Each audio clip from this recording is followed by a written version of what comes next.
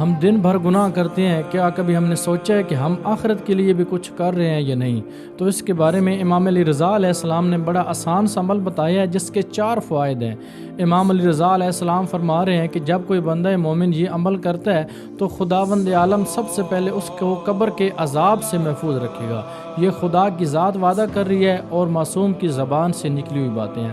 فرمایا قبر کے عذاب سے محفوظ رہے گا، دنیا میں کبھی بھی اس کو مرتے دم تک رزق کی کمی نہ ہوگی۔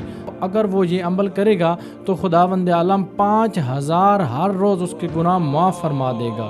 پھر فرمایا اگر کوئی بندہ مومن یہ عمل کرے گا تو خداوند عالم اس کے نام اعمال میں ہر روز 12 مرتبہ پڑھا ہوا قرآن پاک اس کے نام اعمال میں بھیج دے گا۔ عمل کیا ہے؟ تو امام علیہ السلام نے فرمایا جو کوئی بندہ مومن ہر روز کلمہ لا الہ الا اللہ کی تلاوت کرے گا تو خداوند عالم اس کو یہ تمام چیزیں عطا کرے گا، قبر کے عذاب سے بھی محفوظ رکھے گا، مرتے دم تک رزق کی کمی نہ ہوگی، اس کے علاوہ 5000 گناہ معاف فرما دے گا، اور بھی بہت ساری خصوصیات ہیں اس کے عمل کے کرنے سے۔ عمل بہت آسان ہے، چھوٹا سا ہے، لیکن اس کے فوائد بہت زیادہ ہیں۔